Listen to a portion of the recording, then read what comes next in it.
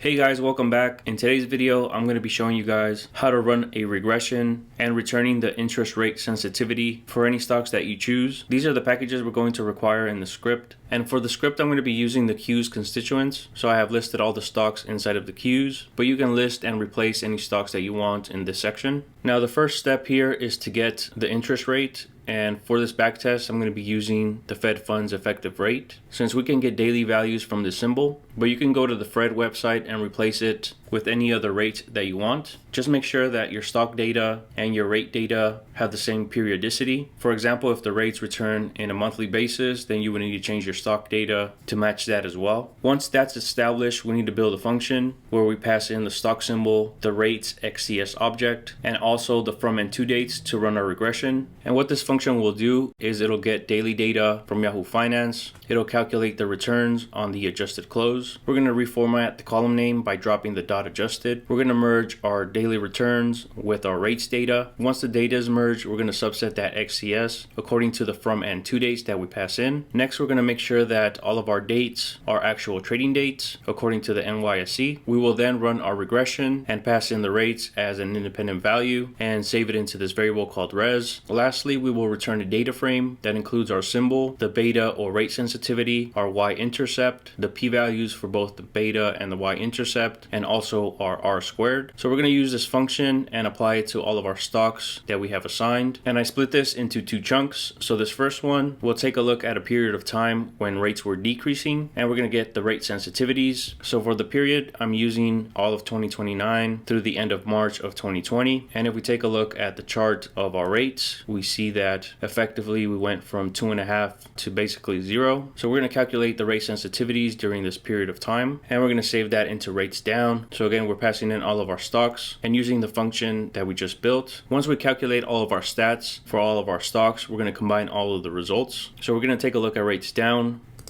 and see that we have our symbol, our beta, our y-intercept, our p-values, and our r-squared. Now in stats, you typically want to focus on p-values less than or equal to 5%, which are considered to be statistically significant. So for example, for Microsoft, we see that we have a p-value of close to 0.88. And what that means in stats is that there's an 88% chance that the interest rate has nothing to do with the model. So that's why we want to focus on relatively small p-values. And that's for both of these columns, but we're just going to be using the values we get and see the actual results. So back in our script, once we have combined all of our stats, we're just going to extract the highest and lowest beta, and we're going to disregard the p-values to see how effective our model is. So for the highest beta, we have Moderna, and the way that this is interpreted is that for every point decrease in this example, since our rates were decreasing, this stock increased by 1.4%. And on the flip side, the lowest beta was FANG, and according to the beta, for every point decrease in our rates, FANG declined by approximately 2.4%. Now in the next chunk, we're going to be taking a look at periods of increasing rates, and we're going to run a regression during this time period. So if we take a look at our federal funds rate, we see that during this period, rates went from low 4s to 5.3. And if we run our regression during this time period and we plot the highest and lowest betas, we see that the highest in this scenario was Warner Brothers. And so again, for every point increase we saw in rates, this stock moved approximately